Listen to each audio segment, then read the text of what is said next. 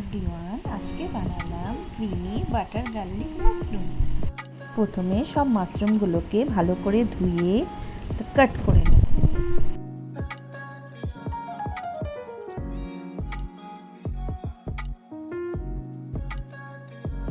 তারপর একটা গার্লিক নিয়ে ভালো করে চপ করে নিলাম।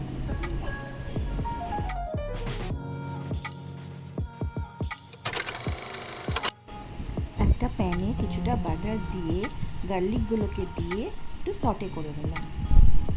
তারপর আগে থেকে কেটে রাখা মাশরুমগুলোকে ওর মধ্যে দিয়ে দেবো, সটে করে দিলাম। তারপর ওর মধ্যে কিছুটা চপ করা পেঁয়াজ দিলাম। তারপর ওর মধ্যে 2 চামচ ময়দা দিলাম, ভালো করে লাল লাল করে নাড়িয়ে দিলাম। তারপর একটু চিলি ফ্লেক্স অ্যাড করলাম, অরিগানো অ্যাড করলাম এবং পেরি পেরি মশলা অ্যাড করলাম।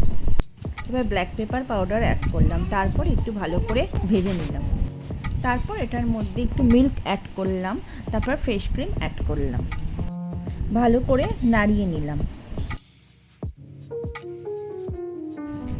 তারপর পরিমাণ মতো নুন দিলাম এবং পরিমাণ মতন সুগার অ্যাড করলাম। তারপর কিছুক্ষণ ফুটিয়ে নেবার পর ওটাকে প্লেটিং করলাম।